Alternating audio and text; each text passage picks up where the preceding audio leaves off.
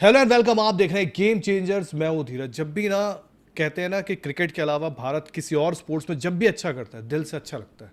दिल से अच्छा लगता है। और खास तौर पे फुटबॉल में, मतलब फुटबॉल में आज हमारी जो हालत है वो बहुत बुरी हो रखी है। फुटबॉल में इंडियन की मतलब ऐसी हालत है कि एक वक्त हमको एशिया में ब्राज़ील कहा जाता था, एशिया का ब्राज़ील हमें कहा जाता था। लेकिन एशिया में आज की डेट में आज हमें, अगर हमारी बात करें तो हमें बांग्लादेश हरा देता, हमें हांगकांग हरा देता। और कहीं ना कहीं हमारे साथ कुछ जगह पे चीटिंग भी होती है, जैसे कतर वाले मैच में भारत के साथ हुआ था। तो इंडिया की बुरे हाल है। ऊपर से अगर आपको और बात करना तो इंडिया में जो आईएसएल खेला जाता था वो बंद हो रखा है। तो इंडिया में ना फुटबॉल में एक काला अंधेरा है, काला अध्याय है, बहुत बुरा वक्त चल रहा है। लेकिन उसी काले अंधेरे में अगर कुछ अच्छा देखने को मिलता है ना, तो मतलब ऐसा लगता है यार चलो कुछ तो है हमारे पास।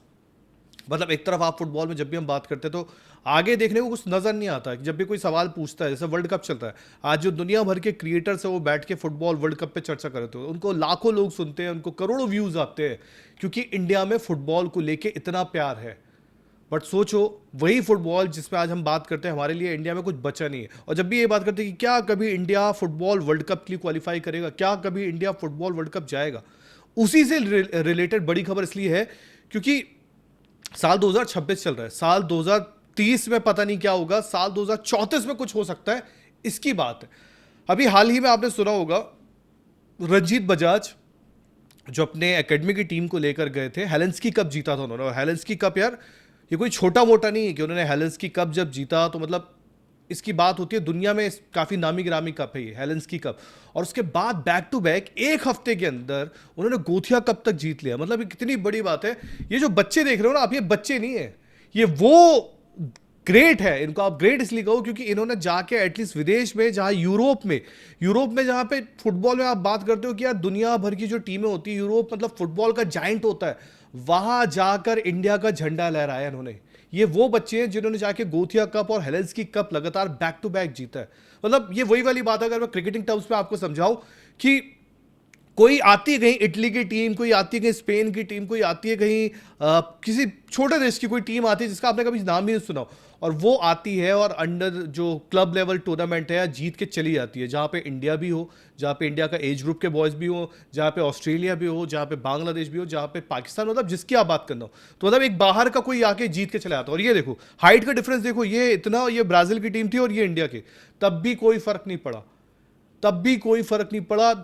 इंडिया जीता दोनों। और मतलब ये बहुत ही यार गर्व का मूवमेंट है इंडिया के लिए, क्योंकि फुटबॉल में हमारे सच में बुरे हाल है। हम दुनिया भर की बात करते हैं, क्लब्स की बात करते हैं, और कुछ दिन पहले आपको याद होगा इसी क्लब की टीम गई थी, एज ग्रुप की टीम गई थी जो लिवरपूल के क्लब से खेली थी। और लिवरपूल का क्लब आपको पता है 6-0 से उनको हराया था, 6-0 से हराया था।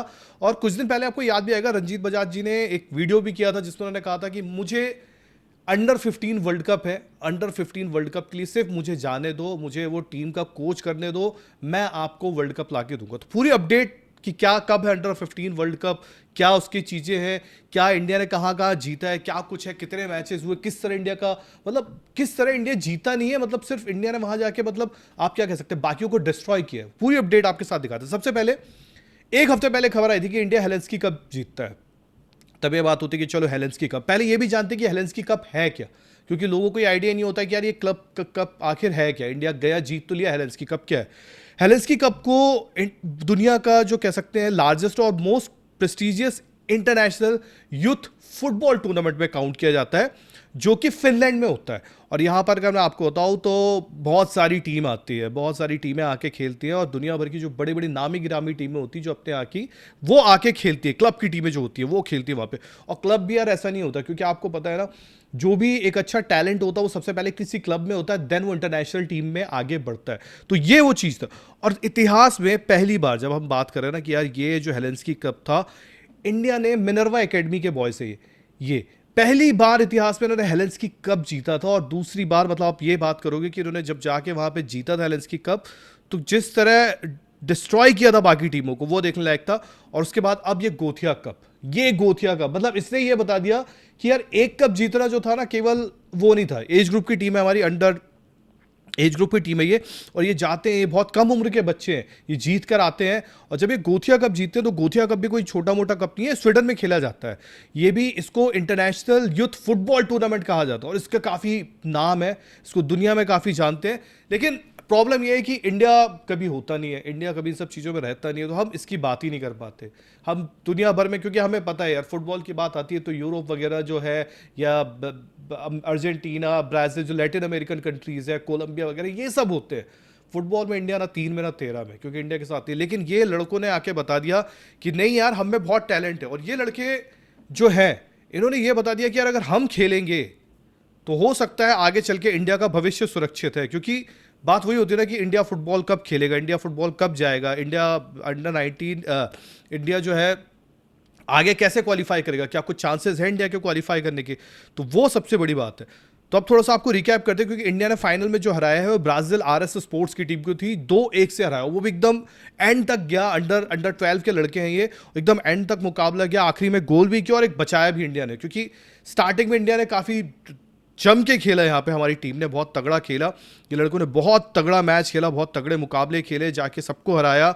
और उसके बाद अगर मैं एक एक मुकाबले पे चर्चा करूँ ना, इंडिया किस तरह यहाँ पर गया और खेला और जीता, तो मैं आपको बताऊँ, मतलब बहुत ही शानदार। मतलब जो गोल स्कोरिंग थी वो ऐसी थी कि यार 10 से जीत रहे हैं हम, 10 से जीत रहे हैं, मतलब 10 गोल के मार्जिन से, 16 गोल के मार्जिन से स्टार्ट में जीते हमने, 17 गोल के मार्जिन से जीते।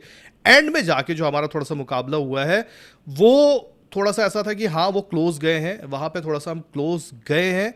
बाकी हमने बहुत तगड़े मुकाबले खेले हैं, बहुत तगड़ा हमने रूल किया है जिस हिसाब से इस टूर्नामेंट में हम थे। और यहाँ पे ऐसी छोटी मोटी टीम नहीं, इंग्लैंड की टीम, नॉर्वे की टीम, स्वीडन की team, Kenya, France, Bolivia, Ukraine और ब्राज़ील, मतलब यार इतने तगड़ी टीमों के बीच इंडिया गया, खेला।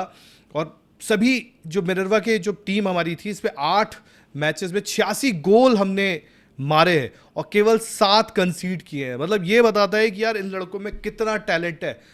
86 गोल मारे हैं ओवरऑल और केवल 7 गोल कंसीड किए हैं। मतलब ये सोचने की बात है यार। मतलब टू बी ऑनेस्ट, दिल से बड़ा अच्छा लगता है, दिल से बड़ा अच्छा लगता है कि यार ये लड़के जो कर रहे हैं, मतलब इंडिया का भविष्य सुरक्षा।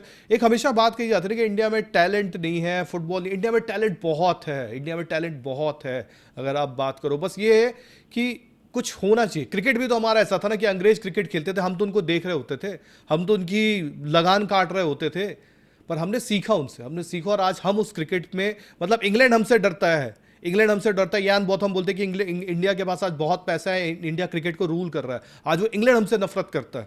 तो ऐसा नहीं है कि क्रिकेट में के अलावा हम किसी और स्पोर्ट्स में कर नहीं सकते, बस एक लगन होनी चाहिए। अब देखना ये होगा कि चूंकि आपको याद होगा वीडियो में जब रंजीत बजाज जी ने कहा था कि मुझे टीम दे दो अंडर 15, क्योंकि अंडर 15 वर्ल्ड कप कब है मैं आपको बता देता हूँ।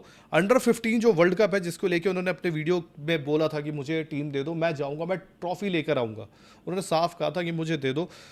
तो जो अंडर 15 फीफा वर्ल्ड कप है वो है 22 अक्टूबर से लेके 31 अक्टूबर के बीच इस वक्त खेला जाएगा। और इस बार क्या हुआ है, फीफा ने सभी मेंबर्स को अलाउड किया है, जितने भी मेंबर्स है वो जाओ और खेलो। और होता क्या है, जिस हिसाब से अभी हम खेल रहे हैं, जिस हिसाब से हम अभी कर रहे हैं, मतलब क्या मुकाबला चल रहा है हमारा, ये लड़के जाके जीत रहे हैं। तो क्या होता है अगर हम ऊपर जाएं, ऊपर जाके खेलें, क्योंकि मुझे जहां तक याद है यार 90s 50s के वक्त में था जो फुटबॉल की हम बात करते थे, और फुटबॉल में हम ये बात करते थे कि हाँ हमारे पास था, हम कुछ कर सकते थे। हम बिना जूतों के एक बार हम नहीं खेल पाए थे वर्ल्ड कप, क्योंकि हम जूते हम नहीं पहन, बिना जूतों के हम खेलने के आदी होते थे, तो वहाँ पे वो दिक्कत वजह की वजह से हम सिर्फ फुटबॉल वर्ल्ड कप नहीं खेल पाए थे। वरना इंडिया हमेशा ओलंपिक में भी इंडिया गया है, ओलंपिक में भी फुटबॉल इंडिया गया है और फुटबॉल में सेमीफाइनल तक गया है। तो यार इंडिया था कभी बहुत पहले, लेकिन बीच में कहीं गायब हो गया, लेकिन अब एक दोबारा मौका है और लेट्स सी आगे क्या होता है। लेकिन इन लड़कों को सलाम है, मुझे नहीं पता इनके नाम क्या है टू बी ऑनेस्ट अभी भी, बट इन लड़कों को दिल से सलाम है। जय हिंद, जय भारत।